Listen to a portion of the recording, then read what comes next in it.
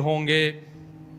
اب پتہ نہیں اتنی اوپر سے زمین پہ آئیں گے, یہ اسباب کے خلاف ہے نا یہ بات. انسان کے لیے تو ممکن نہیں ہے. جب آپ زمین کے خول سے باہر جاتے ہیں آکسیجن ہی ختم ہو جاتی ہے, زندہ رہنا ممکن نہیں ہے. لیکن عیسیٰ علیہ السلام کو اللہ نے اپنی قدرت سے زندہ رکھا ہوا ہے.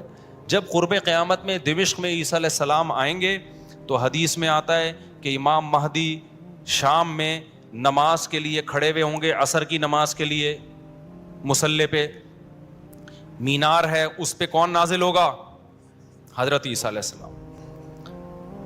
تو مینار سے پھر سیڑھیاں لگائی جائیں گی حضرت عیسیٰ کے اترنے کے لیے. اب کمال کی بات ہے, اللہ وہاں سے یہاں تک آ گئے, تھوڑا سا تو رہ گیا فاصلہ. چھوڑو یار, تم لوگ کی سمجھ میں نہیں آ رہا. ابے سوال پیدا ہوتا ہے کہ جب ادھر سے ادھر تک آ گئے تو تھوڑا سا تو رہ گیا ہے نا. اب یہاں سیڑھیاں کیوں لگائی جا رہی ہیں؟ بھائی دنیا کیا ہے؟ دارالاسباب ہے.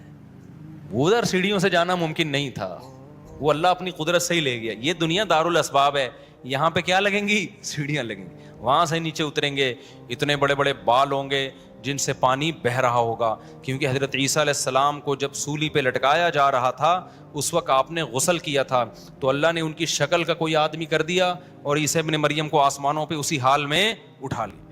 اور قرب قیامت میں جب نازل ہوں گے تو عصابۃ تغزو مع عیسیٰ ابن مریم, نبی نے فرمایا میری اس امت کے لیے جنت کی ضمانت ہے جو عیسیٰ ابن مریم کے ساتھ مل کے جہاد کرے گی. حضرت عیسیٰ نے آتے ہی کیا کرنا ہے؟ جہاد کرنا ہے. تو اور پھر ایسا جہاد ہوگا اما الاسلام و اما السیف, یا تو اسلام ہے یا تلوار ہے, بیچ کا کوئی راستہ نہیں ہے. اور تقاتلون الیہود, سب سے پہلے لڑائی کس سے ہوگی؟ یہود سے ہوگی, عیسیٰ ابن مریم کی, کیونکہ یہود نے آپ کو قتل کرنے کی کوشش کی تھی, تو اللہ تعالیٰ عیسیٰ ابن مریم ہی کے ذریعے ان سے انتقام لیں گے. خیر, اب ایسا نہ ہو کل وہ امام مہدی آ جائے. آج کل مارکیٹ میں امام مہدی کے نام پہ منجن ہر تھوڑے دن میں کوئی مہدی. میرے والد صاحب ایک واقعہ بتایا کرتے تھے, ہماری محلے کی مسجد میں نا ایک آدمی بہت نیک تھا, عبادت کرتے کرتے نا اس کی کھوپڑی گھوم گئی اوپر سے. بعض لوگ بہت زیادہ عبادت کرتے ہیں, دماغ خشک ہو جاتا ہے, خوراک ہوتی نہیں ہے, ہنسی مزاح کی کوئی بات ہی نہیں ہوتی, تو اوپر سے سیٹنگ کیا ہو جاتی ہے؟ آؤٹ. تو اس کی سیٹنگ آؤٹ ہو گئی. برا نہیں تھا وہ, میرے والد صاحب کے پاس آیا, کہنے لگا, میرے والد صاحب کو لوگ حافظ صاحب کہتے تھے, حافظ صاحب ایک بات آپ سے کرنا چاہتا ہوں, آپ ذرا نیک آدمی لگ رہے ہیں, صرف آپ سے کروں گا, کسی اور سے نہیں. والد صاحب نے کہا کیا؟ کہتے ہیں مجھے نا کچھ الہامات ہو رہے ہیں کہ امام مہدی میں ہی ہوں. والد صاحب ہمیں یہ واقعہ سنا رہے تھے, کہتے ہیں کہ میں نے اس سے کہا کہ بس مجھے بتا دیا, میرے علاوہ کسی کو قطعاً نہیں بتانا, ورنہ حالات کا میں ذمہ دار, کوئی بھی پیل دے گا, صحیح ہے نا.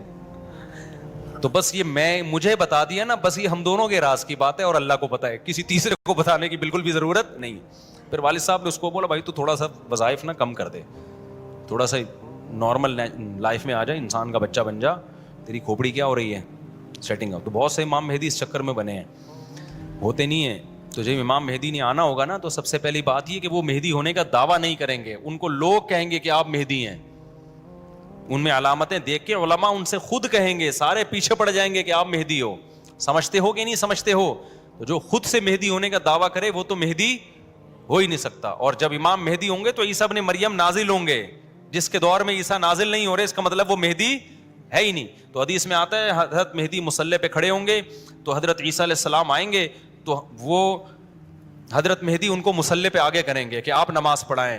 لیکن حضرت عیسیٰ علیہ السلام کس کے حوالے کریں گے مصلی, کہ یہ نماز آپ ہی پڑھائیں گے. کیوں؟ مجھے اللہ نے نماز پڑھانے کے لیے نہیں, مجھے کس کے لیے بھیجا ہے؟ جہاد کرنے کے لیے بھیجا ہے. میں تلوار لے کے لڑائی کروں گا, یاجوج ماجوج کو قتل کریں گے. اب یاجوج ماجوج کہاں ہیں اس کے بارے میں کوئی صحیح بات ہمارے علم میں نہیں ہے. ویسے بھی اگر ہمیں پتہ چل جائے کہاں ہیں تو وہ دریافت ہو جائیں گے نا, اور قرآن کہتے ہیں قرب قیامت سے پہلے وہ دریافت بولو نہیں ہو سکتے. تو اللہ نے چھپا دیا ہے ان کو, چھپا دیا ہے تو چھپایا ہے اس لیے کہ پہلے نہ پتہ چلے کدھر ہے. کچھ لوگ کہتے ہیں یہ چائنیز ہیں, کوئی بھروسہ نہیں ہے ویسے لگتا ہے کہ شاید ہوں, کیونکہ وہ جو ذوالقرنین نے دیوار بنائی تھی نا سیسا پلائی ہوئی, اور پہاڑوں کے پیچھے دھکیل دیا تھا, اور پھر بڑی تعداد ہو گئی ان کی, حدیث سے پتہ چلتا ہے, شاید وہ, لیکن بہرحال کوئی یقینی بات نہیں ہے. تو یاجوج ماجوج ایک بڑی طاقتور قوم ہوگی جس کو حضرت ذوالقرنین نے سورہ کہف میں اس کا بھی تذکرہ ہے, پہاڑوں کو بند کر کے ان کو دھکیل دیا, کہیں چھپا دیا ان کو, تو قرب قیامت میں وہ نکلیں گے اور پھر دنیا میں تباہی مچائیں گے.